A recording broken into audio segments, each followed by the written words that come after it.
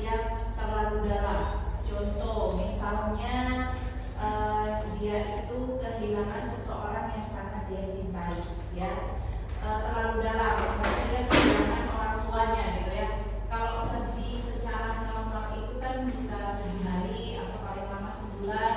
Seiring berjalannya waktu dia bisa lupa. Tapi yang dikatakan dengan depresi ini adalah kesedihan yang berlebihan. Bahkan dia sampai tidak bisa melakukan aktivitas sehari-hari seperti interaksi sosial atau aktivitas lainnya, misalnya seperti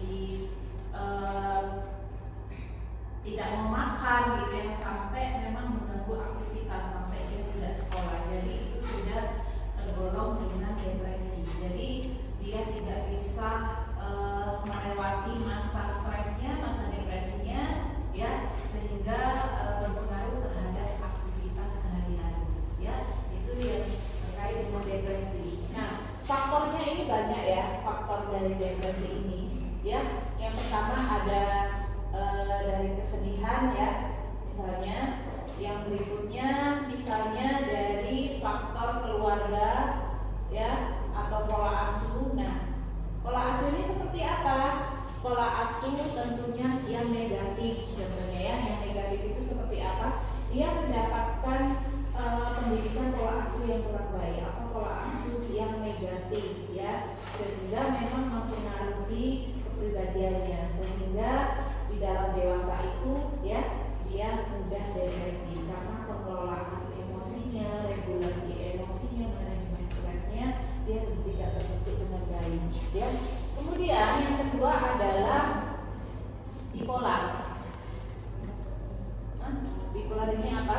Ya, bipolar itu adalah kondisi manik atau depresif, ya. Jadi mood swingnya itu mudah berubah, ya. Misalnya dalam 5 menit dia sangat bahagia, tapi 5 menit kemudian dia bisa nangis gitu ya. Jadi kondisi emosi atau kondisi mood swing yang gampang sekali berubah, bahkan hitungan menit, ya. Ini banyak kondisi yang mempengaruhinya, ya. Bisa dari trauma, ya, bisa dari genetik, ya, bisa dari genetik, dan juga bisa dari kondisi trauma. Berarti bisa dibilang masa lalu, ya, masa lalu. Jadi masa lalu ini pastinya masa lalu yang tidak baik-baik saja. Biasanya hal ini muncul, ya, itu setelah kondisi dia dewasa, ya, setelah kondisi dewasa. Itu berawal dari masa inner child. Inner child itu umur berapa? Inner child itu adalah dari umur 1 sampai 8 tahun, bahkan sampai 12 tahun, ya. Jadi ketika kondisi inner child itu terluka, ya, di masa dewasa ketika dia usia 18 plus ke atas, itu bisa terjadi gangguan-gangguan kepribadian, ya. Nah, ini depresi bipolar. Yang ketiga adalah skizofrenia. Nah, skizofrenia ini apa? Ya, skizofrenia itu adalah salah satu macam gangguan kejiwaan, ya, tentang halusinasi, ya. Jadi halusinasi itu seperti apa? Jadi misalnya dia seperti ada bisikan, ya. Jadi kayak misalnya ada misalnya orang itu bilang, kamu itu deh sama anakmu bersumur gitu ya, kamu itu deh ambil pisau gitu ya. Nah, itu biasanya orang-orang yang di rumah sakit jiwa, yang orang-orang dia kita bilang ODGJ itu rata-rata dia mengalami skizofrenia ini, ya, karena memang dia semacam bisikan-bisikan, ya. Nah, ada yang dia terobsesi misalnya, ya, terobsesi dengan seseorang misalnya, terobsesi dengan artis Korea misalnya, ya.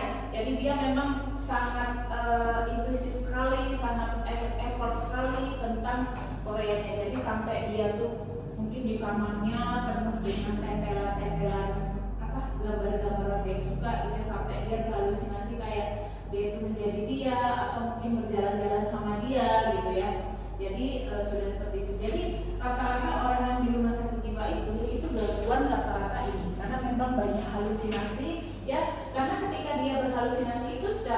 positif, pola pikirnya, emosi, perilakunya itu tidak sinkron, ya.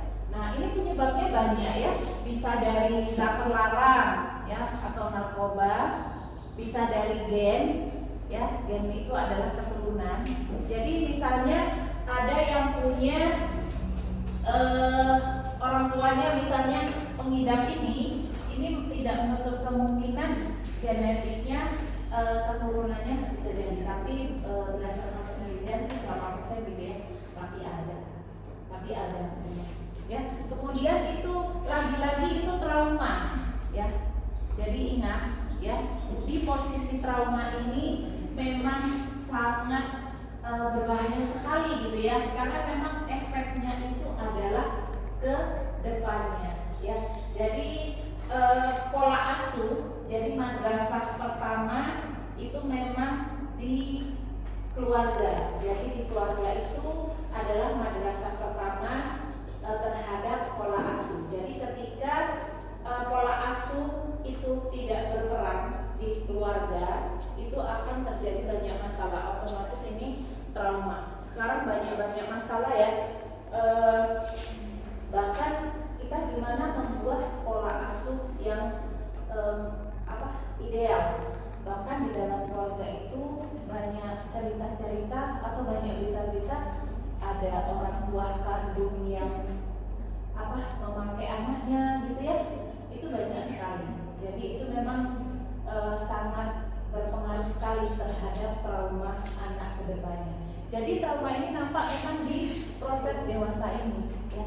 Memang kecil itu dia tidak dia kecil itu mungkin kan pikirannya belum sekompleks dewasa, tapi ketika dia dewasa itu memang sudah muncul secara kompleks, apalagi pemicu-pemicunya sudah banyak masalah ketika kita sudah berumah tangga, sudah punya anak, sudah punya masalah yang kompleks, sehingga memori-memori pada saat kita kecil atau trauma-trauma itu bisa muncul saat kita memang sudah dewasa ya. Jadi orang-orang yang ODGJ ini memang rata-rata itu skizofrenia itu, yaitu mungkin ya bisikan-bisikan, halusinasi. Ada yang dia bilang itu bunuh ibumu itu jahat gitu ya. Pakai apa? Tak pakai apa? Jadi ada kasus kemarin di Kerinci, ada memang dia itu terpapar ini. Jadi waktu ibu tanya, kamu kenapa kok bisa bunuh ibumu? Jadi kayak ada yang nyuruh gitu. Jadi memang ibunya masih tidur, dia ambil kayu, ya kayunya besar, dipukul ibunya di kepalanya sampai tidak bergerak, sampai meninggal. Tadi, ya. Yang keempat itu anxiety disorder, ya. Anxiety apa? Cemas. Anxiety disorder. Nah, anxiety disorder ini adalah gangguan kecemasan. Jadi kecemasan itu kita bilang kalau misalnya kita ujian ya, lisan gitu ya. Terus kalian cemas nggak ketika mau menghadapi ujian lisan itu? Tapi cemasnya memang masih sebatas kewajaran. Ketika kecemasan itu kalian solusinya apa ya, supaya saya nggak cemas ya, dengan belajar gitu ya, supaya kalian bisa menjawab soal-soal dengan baik sehingga kecemasan itu terkurangi. Tapi kecemasan yang di sini udah termasuk dalam gangguan. Contoh misalnya dia itu mau pergi gitu ya, dia mau contohnya gini, dia itu sakit kepala ya, dia sakit kepala, terus dia itu kayak nggak tenang. Jadi pikiran dia itu gini, jangan-jangan aku sudah kena kanker gitu ya, atau kanker kepala, atau kanker apa gitu. Jadi dia pikirannya itu sudah terlalu jauh, sehingga itu sudah mengganggu pikirannya, perasaannya, perilakunya, terus aktivitas sehari-hari itu sebenarnya dia kerja sakit kepala. Aduh, jangan-jangan aku ini gitu ya. Jadi ketika kita banyak berpikiran tentang hal-hal yang negatif ya, itu akan menambah beban pikirannya, itu akan menambah kecemasannya. Nah, ini disebut dengan anxiety disorder. Jadi dia sudah mempunyai gangguan kecemasan. Ya, yang terakhir adalah OCD. ya. Nah, OCD ini ada yang tahu OCD ini? Obsessive compulsive disorder. Jadi dia gangguan, ya semacam gangguan. Nah, jadi dia ini tidak bisa mengendalikan perilakunya. Contoh, ya. Jadi dia itu kan habis makan, gitu ya. Habis makan dia cuci tangan. Nah, cuci tangan sudah pakai sabun, sudah cuci tangan dia balik lagi, sudah bersih belum ya? Sudah apa? Balik lagi, sudah bersih belum ya katanya. Jadi perilaku itu terus dilakukan sampai tangannya dia itu dehidrasi atau mengering karena sering dia dicuci dengan sabun sampai basah, sampai berulang-ulang sampai tangannya itu kering. Ya, jadi dia tidak bisa mengendalikan perilakunya gitu, ya, karena memang di kognitif itu dia kurang berperan sehingga dia lebih ke perilaku. Harusnya kan kita ke kognitif dulu dah sih, ke kognitif baru dia ke perilaku, ya. Jadi karena kognitifnya itu kurang berperan, ya, sehingga perilakunya itu selalu berulang-ulang dan kognitif itu tidak bisa mengendalikan sudah bersih gitu ya. Jadi tidak berperan, akhirnya ke perilaku aja. Ini namanya OCD, ya.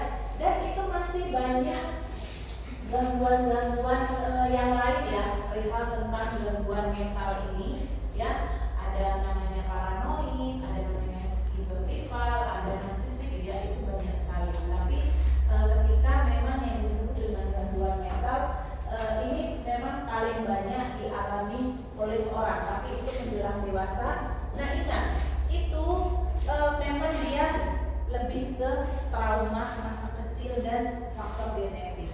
Makanya ketika kita memang sudah mempunyai keluarga atau mempunyai apapun itu, ingat ketika kita pola asuh ke anak kita, kita memang harus mengajarkan pola asuh yang positif, ya. Jadi ketika dia memang dijejali dengan pola asuh yang kurang baik atau yang negatif atau dia punya trauma yang kurang bagus, itu imbasnya memang terhadap kepribadian kedepannya, ya. Oke, ada pertanyaan kira-kira? Silakan. Ya, menyambut jenis-jenis gangguan yang sudah dijelaskan tadi, saya ada pertanyaan dari gangguan skizofrenia. Nah, Bu, di dunia ini kan kita tidak cuma manusia gitu kan, Bu, ada makhluk lain, kasat mata maupun tidak kasat mata. Nah, jadi Bu, bagaimana sih memberikan pemahaman kepada orang tua zaman dulu tentang hal ini, bahwasanya gini, tadi kan skizofrenia kan gejala-gejala itu kan bisa ada bisik-bisikan, yeah. Terus merasakan pegangan, terus mencium bau-bau, yeah. Melihat bayangan. Nah, kalau orang tua zaman dulu kan mesti mengaitkannya dengan hal-hal yang mistis, gitu kan, ya. Nah, jadi bagaimana cara kita memberikan pemahaman kepada orang tua tersebut bahwasanya itu tuh gangguan, tidak selalu harus disangkut pautkan dengan hal mistis. Ya. Jadi kalau kita menyangkut dengan orang tua ini agak susah ya, karena memang paradigmnya orang tua itu selalu kayak mama, oh mungkin dia apa nih kesabet atau apa gitu ya. Padahal kalau di ilmu kita itu memang ada, ya. Jadi kita tetap memang melakukan pendekatan terhadap orang tua itu ya, bahwa itu nggak ada loh Nek seperti itu. Misalnya dia tetap keke ya, kita nggak bisa istilahnya, namanya orang tua apapun yang dilakukan pasti menurutnya benar gitu ya. Jadi kita kasih pemahaman memang melalui pendekatan dan melalui contoh konkret biasanya kalau orang tua itu. Contoh konkret seperti apa? Ini loh Nek nggak ada, saya sudah belajar ini gitu. Jadi jelaskan bahwa kita sudah belajar seperti ini gitu. Tapi memang kalau orang tua itu memang lebih ke pembuktian. Nih Nek seperti ini, contohnya ini memang nggak ada Nek, memang itu ada, tapi memang ke bisnis-bisnis itu nggak ada. Jadi kita memang melakukan pendekatan secara emosional agar si nenek itu paham bahwa ini salah loh gitu, ini ada ilmunya ini loh Nek gitu ya. Jadi bagi mereka yang paham, kalau nggak mau kalian ngomong itu juga susah, karena memang dia sudah terbiasa dengan paradigmnya yang lama itu gitu. Ya,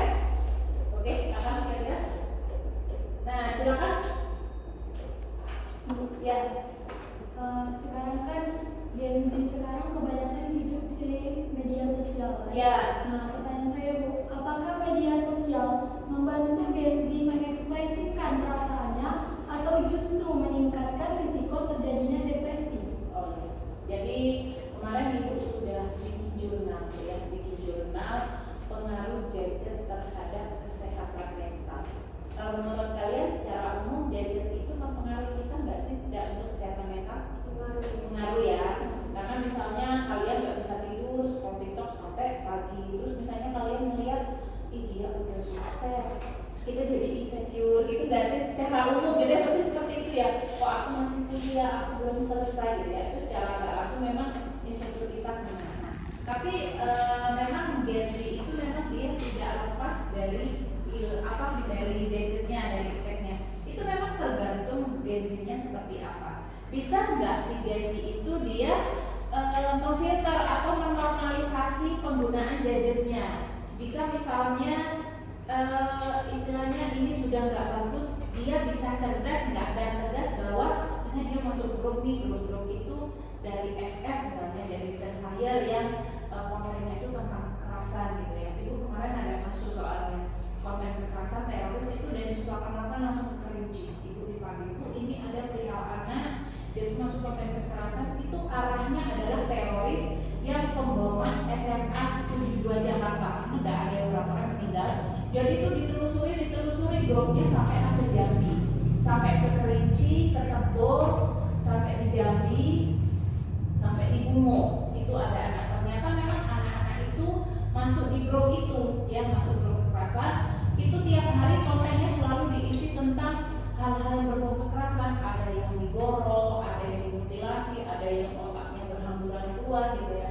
Jadi itu memang secara nggak langsung kan merusak mental. Nah, ketika dari awal ini udah nggak bagus nih grup ini mengajari kita yang nggak bagus, kita tegas, kita cerdas, kita keluar. Jadi ketika kita memang menganggap bahwa itu sesuatu sudah nggak baik, kita bisa langsung ambil keputusan bahwa itu nggak baik buat kita. Ya, tapi memang rata-rata anak sekarang agak susah ya, karena dia sudah efek ketagihan itu. Nah, makanya pendampingan orang tua lagi, atau mungkin teman dekat yang makanya kita di sini mencari teman yang sefrekuensi, yang memang secara kompetensi di atas kita, ya, yang product knowledge-nya itu di atas kita, jadi kita bisa curhat dia maksudnya ini baik, ini enggak. Kalau memang tidak baik ya harus ditinggalkan. Ya, itu memang harus mengambil keputusan cerdas. Ya, oke, cukup, silakan. Saya izin bertanya Bu. Ya, saya izin bertanya mengenai anxiety disorder. Jadi pertanyaan itu, jika seseorang selalu menghindari situasi yang membuatnya cemas dan akhirnya dia merasa lebih nyaman, nah apakah perilaku tersebut tetap dianggap sebagai masalah atau seperti apa? Mohon jawabannya dulu. Terima kasih. Oh iya. Sebentar lagi apa? Kita lagi ada sebentar 5 menit lagi ya pertanyaannya masuk ya. Maaf ya sebentar. Nah, jadi gini, yang disebut dengan anxiety disorder itu ketika dia itu sudah merasa mengganggu pikiran, perasaan dan emosinya. Nah, kalau misalnya kecemasan itu masih, misalnya dia mengatasi kecemasan itu tapi sudah membuatnya nyaman, itu masih kategori kecemasan biasa. Tapi ketika dia sampai dia tidak bisa tidur, terus besok tidak bisa kuliah lagi, sampai dia tidak makan, itu sudah termasuk gangguan. Tapi kalau memang dia bisa mengatasi kecemasan itu yang membuat perasaan nyaman, itu malah dia bisa mengobatinya, bisa mengatasinya dengan baik. Itu masih normal. Kalau dia memang bisa ya. Jadi ketika kita ada masalah, memang kita fokus ke solusinya, bukan ke masalahnya. Kalau kita fokus ke masalahnya, itu masalah nggak akan selesai. Tapi ketika kita fokus ke problem solvingnya, ya, insya Allah kita akan mengembang dan bertumbuh, menyelesaikan melewati masa-masa itu. Ya, baik. Jadi bisa dikatakan itu sebagai coping stress. Coping stress ya, iya. Tapi apakah ada situasi kondisi yang tertentu yang dimana itu malah bisa dibilang itu meladani gitu? Apakah ada dalam kondisi tertentu, situasi tertentu yang saat seseorang tersebut menghindari gitu? Maksudnya saat seseorang ini selalu menghindari situasi yang membuat dia cemas tersebut agar dia merasa nyaman gitu. Oh gitu, jadi dia bisa dibilang dia tidak mau keluar dari zona nyaman. Ya. Nah, jadi dia itu berarti tipikal orang yang tidak mau berkonflik, dia ingin selalu zona nyaman, ya. Dia tidak tahu ketika dia dihadapkan oleh situasi yang lebih dari itu, dia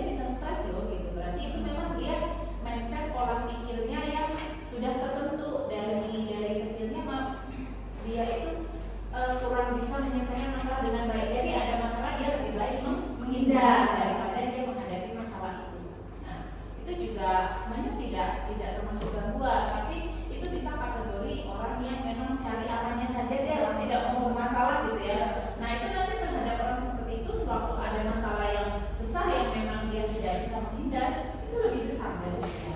Maksudnya itu lebih ke tipifikasi karakteristik orangnya ya, bukan kebetulan gitu. Oke, terima kasih.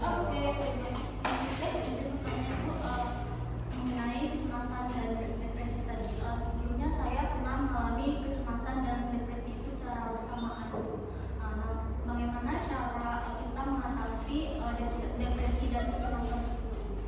Depresi dan kecemasan Soalnya saya sendiri pernah mengalaminya. Tapi alhamdulillah masih bisa sampai saat ini, sampai bisa kuliah gitu ya. Itu sebenarnya sudah sesuatu yang sangat hebat sekali. Maksudnya kamu bisa di posisi ini, berarti kamu sudah bisa meninggalkan kecemasan dan depresi kamu, ya. Nah, jadi ketika ada masalah yang ada di kita fokusnya apa? Kita fokus di solusi, bukan fokus di masalah. Jadi kita tidak mungkin aku akan seperti ini terus sampai kapan, ya kan? Nah, aku masih punya masa depan itu masih panjang, ya kan? Aku nggak mau dalam posisi seperti ini terus. Jadi apa yang harus aku lakukan? Kita cari solusi. Tahu namanya masalah setiap kali pasti ada dalam ruangnya. Bukan masalah untuk dihindari, tapi masalah itu untuk diselesaikan. Jadi ketika ibu ada kawan-kawan yang datang, memang dia itu dia termentok sama masalahnya aja gitu. Jadi dia tidak punya tidak punya jalan keluar gitu ya, sehingga jalan keluarnya kita. Bahkan ada yang bilang kalau psikolog itu emang kamu gila gitu ya. Enggak seperti itu. Jadi memang dia itu memang sudah mentok. Ini aku bisa gila nih gitu ya. Sehingga dia memang mencari bantuan profesional. Nah, di kita mengajari dia, kita kembalikan dia ke porsi awal bahwa namanya ada masalah, ada solusi. Kita ubah pola pikirnya, kita ubah mindsetnya, ya, bahwa namanya masalah itu nggak ada yang nggak bisa diselesaikan. Kita kembalikan dia ke dunia nyata gitu, bukan di dunia hanya pikirannya yang membuat gitu. Ya, oke, ada lagi? Ibu, maaf terkait masalah kakak siapa? Kak Yunita tadi, dia kan mengalami depresi dan kecemasan secara bersamaan gitu ya.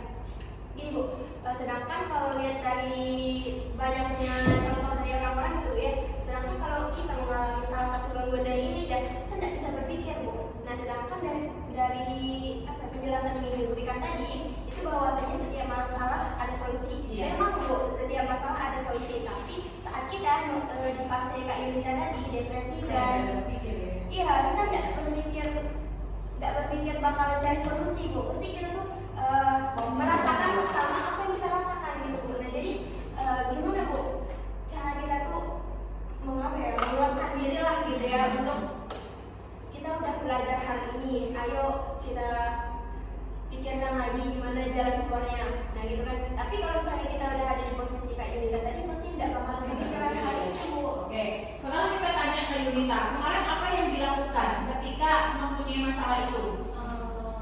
Sampai nggak bisa tidur 1 minggu. Nggak bisa tidur 1 minggu, terus gimana terus kamu bisa?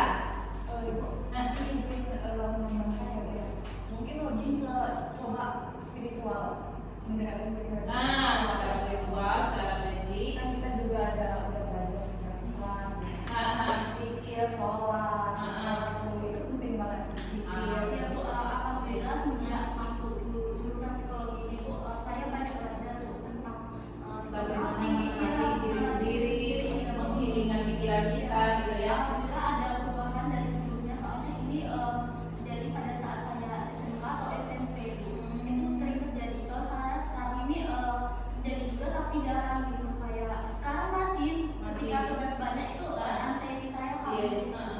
jadi alhamdulillah saya bisa mengcopingnya sendiri. Oke. Terus gimana kita terhadap jawaban dari Kamila sudah cukup ya. Jadi memang intinya kita di psikologi bagaimana kita bisa mengcoping diri kita. Ya, kalau kita tidak bisa mengcoping diri kita, tidak bisa mengerti diri kita, bagaimana kita akan memanage orang lain? Karena tentunya kalian semua akan menjadi seorang calon psikolog semua dong gitu ya. Jadi bagaimana kita bisa mengerti diri kita sendiri? Karena kita akan mengerti, akan menguatkan orang lain. Walaupun kita sendiri merasa tidak aman nih, tapi rumah kita bisa profesional. Bagaimana kita bisa mengamankan, menceritakan diri kita sendiri? Ya, oke? Ada pertanyaan lagi kira-kira? Bu, izin